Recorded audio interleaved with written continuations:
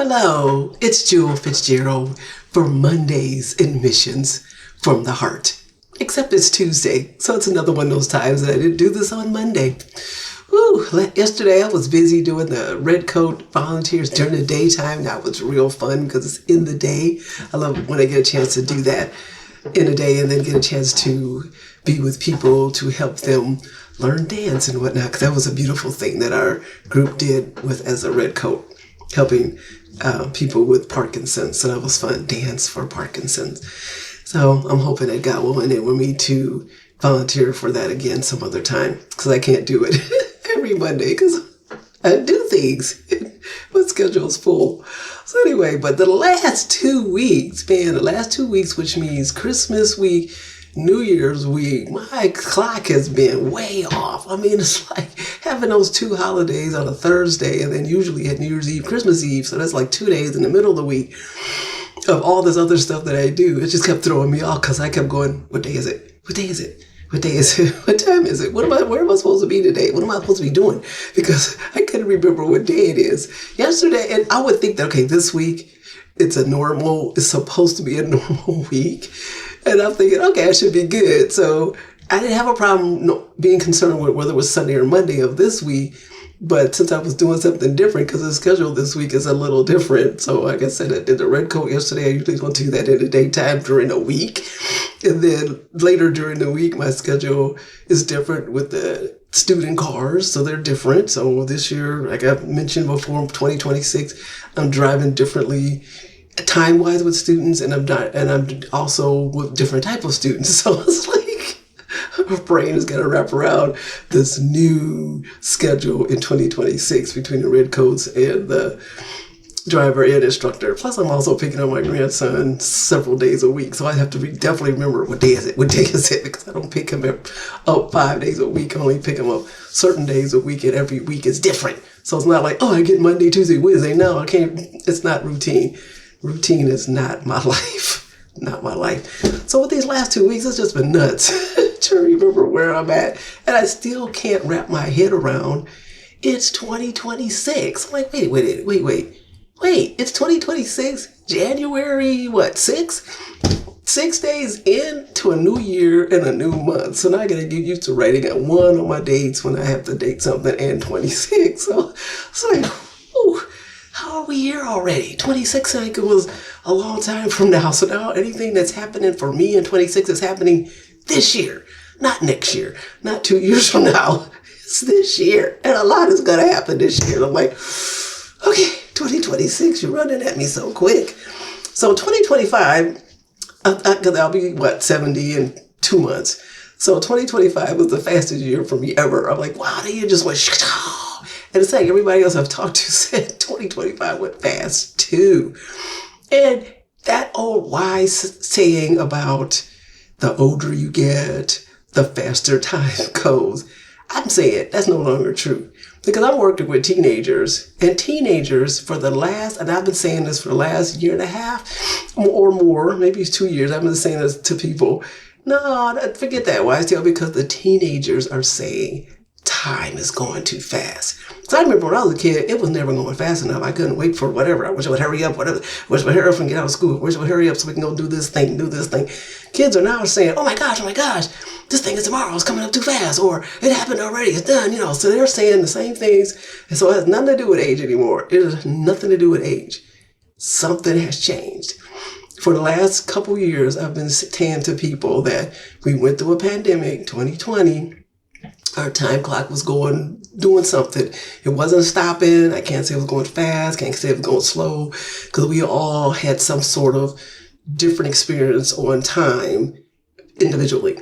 I'm just saying. But we all went through something in 2020. There was no big deal about that in the pandemic.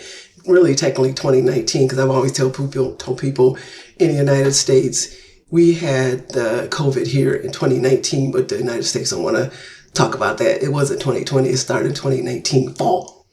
So September to 2019, it was here. It was just called some kind of super flu, some kind of something going on, but it wasn't called COVID yet until 2020, and our government admitted that. So But in 2020, it affected everybody because now we admitted it. So now things have to change. We have to stop. We have to isolate. We have to wear masks, blah, blah, blah. Whatever it is we all had to go through. You've been there. You know what I'm talking about. So then in 21, still through this thing, but it's kind of slowing. It's changing because we're coming out of it. 21, 22, somewhere in that time period, I'm seeing something happen to this clock that's steady moving forward, whether it was moving forwards fast, slow, because it definitely wasn't moving fast, but it wasn't like it was moving slow, it was still going. So everyone was affected differently by how time was going while we were in the middle of the pandemic, which is interesting because now we're all saying if we're reflecting on something in the past, it's either pre-pandemic, during the pandemic, or post-pandemic when this situation happened. So now into the post-pandemic thing, something happened with our time clock. This is what I'm saying. This is what I'm saying, people. I have no proof. I'm just saying this is what I'm saying because this is what it feels like. That something happened in 21, 22 where the time clock said, shoo, our time continuum did something, and then it started racing forward really fast. So I'm like, what the heck? Because it felt like to me, I could be standing still just like this, but I could feel my locks flying like this and I could see time is flying by. Like, what is happening? Flying. And 25 was like, the worst so far. So I'm waiting to see, okay, 26, are we still flying, right? We still flying towards something. I don't know what we're flying towards. I don't know if we're trying to make up for the time that maybe the clock slowed down during 2021 and now we got to get back on that time continuum that we was on because it got off kilter. I can't say that because I don't know. I'm just telling you what I've been told to tell you. So like, I've been saying this forever now. I'm actually putting this on video. So now I'm going to probably look like some crazy woman. Like, what the heck is she talking about? I'm just saying something's going on. We are fast racing towards something. So, woo, this is nuts. So, but what we do know, this is what we do know, whether this has to do anything with what I'm telling you about this time continuum, time changing, we're racing towards something that all of us, all ages, all races, all nationalities is feeling. We're racing towards something. So this is what I'm saying. This is what we do know. We do know for sure we are racing towards something. We're racing towards Jesus' return. Because when he comes back, it's going to be a new heaven and a new earth. What we don't know is we don't know the date. We don't know the specifics. I mean, we know some of the specifics because the Bible and Revelations will tell you, and some other books they'll tell you what's going to happen, as he comes and when he returns, You can read up on that because that's a lot of verbiage. You just don't know the date. Just don't know the date when that is all past and he's here dwelling with us. We are racing towards that. So let me just give you the scripture about what that's going to look like after he comes back. This is in Revelation 21, 1 through 8. And it says, "Then I saw a new heaven and a new earth. For the first heaven and the first earth has passed away. There was no longer any sea. I saw the holy city, the new Jerusalem, coming down out of heaven from God, prepared as a bride, beautifully dressed for her husband." Woo! And I heard a loud voice from the throne saying, "Look, God's dwelling place is now among the people, and he will dwell with them. They will be his people, and God himself will be with them and be their God. He will wipe away every tear from their eyes.